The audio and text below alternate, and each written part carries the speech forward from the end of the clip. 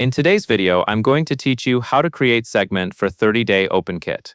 We are going to do this inside your email marketing dashboard. And the goal is simple: create a segment named 30-day opens so you can organize subscribers for future targeting. Segments are useful because they let you group people based on a rule or filter, which makes your broadcasts and automations more precise.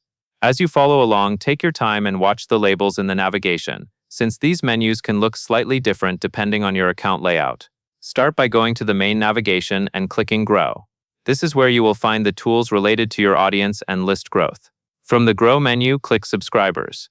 This takes you to the area where all of your contacts live, along with options for filtering and organizing them. Once you are on the Subscribers page, look for Segments. Click All Segments to open the Segment Management area where you can view existing segments. From there, click Create Segment. This begins the setup for a brand new segment. Now name your segment. In the name field, type 30-day opens.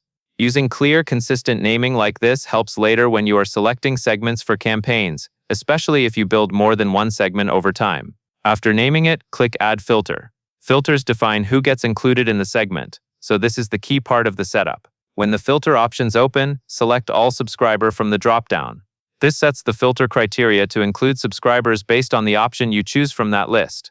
Make sure you actually see the selected value reflected in the filter line before saving. If the drop-down collapses too quickly, just click it again and confirm the selection. Finally, click Save. Saving locks in the segment name and its filter so it appears in your segment list and can be used immediately when sending emails or organizing your audience. At this point, your 30-day open segment is created and stored under your Segments area.